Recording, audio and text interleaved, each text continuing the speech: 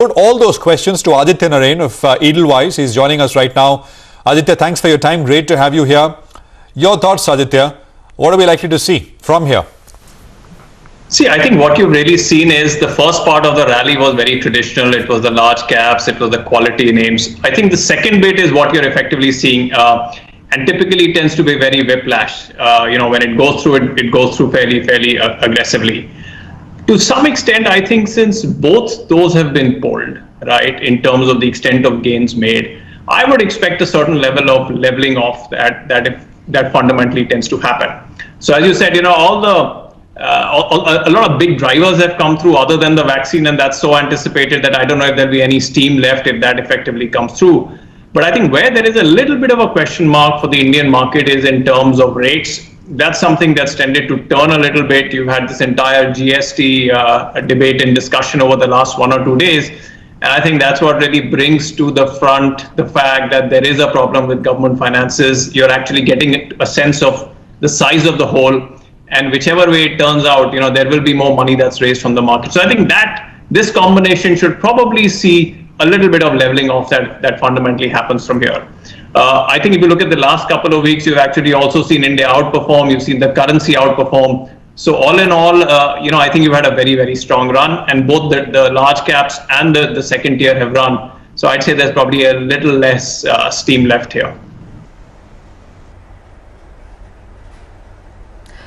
Aditya, evening. Hi. Did I hear you use the word problem? I mean, problem? What problem? That's what the bulls would say, right? No, but that's on a lighter note. I completely understand what you're saying on the GST front. But let's talk about financials. And I just want to understand this rally, this week's rally, 10% on the Bank Nifty and NBFCs across the board. It's coming at a very interesting time when finally the moratoriums perhaps end and we move into the reality of starting to judge what has to be classified as an NPA, what slips, what doesn't. So therefore, how are you looking at this big rush in financials at this juncture when we are closer to the reality test? I think you can split it up into two. I think in terms of the stock moves per se, my sense there would be that this is effectively a catch-up trade. They're still just up to 50% of their highs. So I think this is effectively a catch-up and a slight market rotation kind of trade. I think the second bit is more interesting, as in now you will get into a stage when you have to start realizing some of the challenges on your book, right? I would split it into two. The first is that my own view is that given that the economy is showing some life, that there is more money that is seeping into the system, and businesses and banks have been very wary, I think the absolute or actual deterioration in assets is probably past a month or so ago, right? It's not getting worse from here. The pain that you felt at the underlying has probably played through. I think the second half of it is in terms of the recognition. And in my view, because the market has been cautious, and not just in India, but globally with banks, I don't know if there are big bombs sitting out there in terms of the extent of recognition, but I would argue that the level of uncertainty on this will continue for a period of time.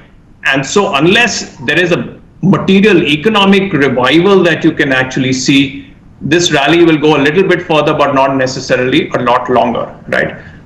The difference, of course, is if the economy comes back, swinging, which it doesn't look like at this point in time.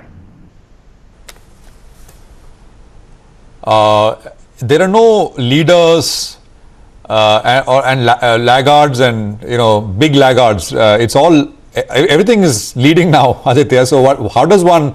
And it's relative, right? I mean, within sectors, you've got to really dig hard to find something which is not done well, even if not of a high quality. I mean, everything is getting bid up. So what does one do?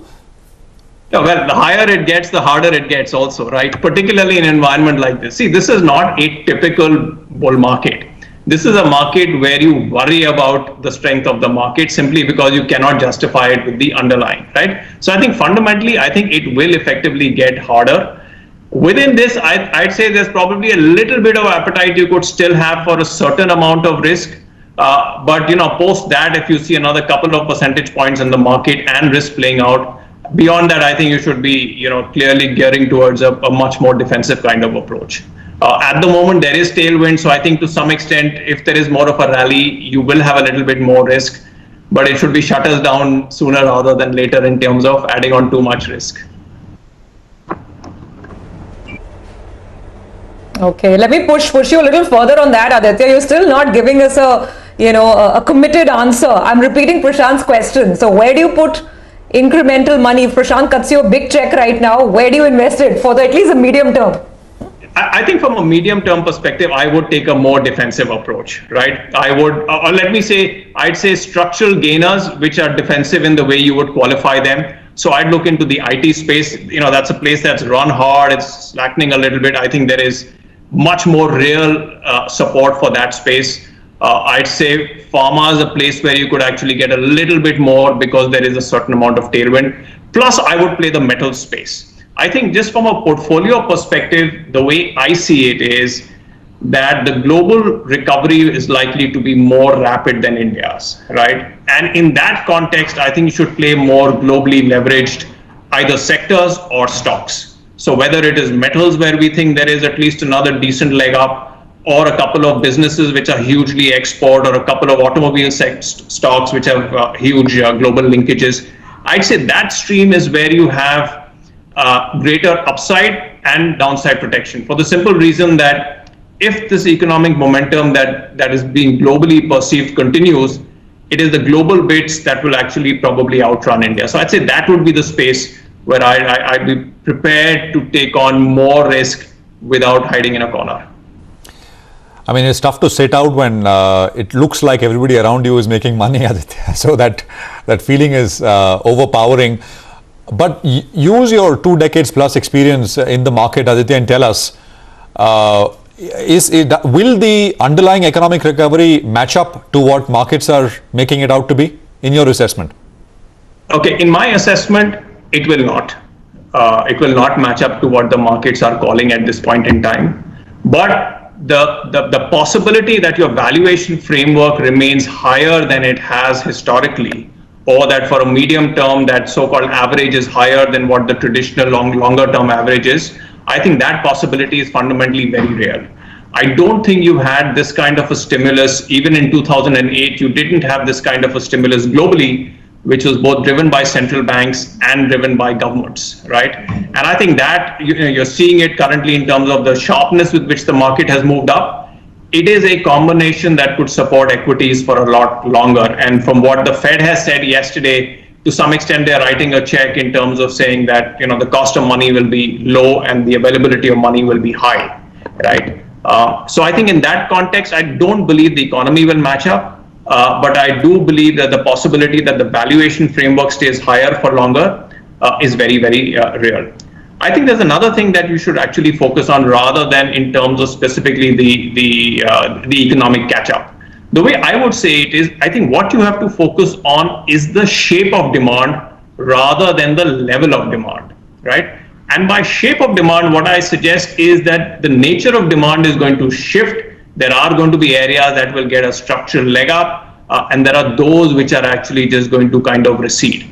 And capturing this so-called shape of demand, right, and that translates into particular sectors and particular businesses, is in some senses more critical than the actual level of demand that you are seeing. When you talk about economic recovery, it's a broad brush number. Is it going to be X% in terms of GDP growth? We'll have to unfortunately wind it up right now completely. Sorry, please continue. Please continue. Yeah, sorry. So I mean, in many senses, I think there's a lot of focus in terms of the level of growth or the extent to which the economy catches up with itself and with the markets. But the bigger determinant, particularly from a portfolio perspective and particularly from a country perspective, will be, as I said, the shape of demand. Where does demand come back? Where is it actually stronger than what it was earlier? And where is it something that has actually structurally moved back? And here too, I think you've got to actually distinguish between the structural and the cyclical. My view is, I think you'd be safer playing the structural stuff out here rather than necessarily the cyclical, which is where, as I said, I think the catch-up is not going to happen with the economy and the markets in a traditional sense. Okay, always great listening to you. Thank you for joining in, Aditya. You have a good weekend, and we hope to chat again in the coming weeks soon. All right, on that note, let's quickly move to get you a technical perspective on the market. The market rally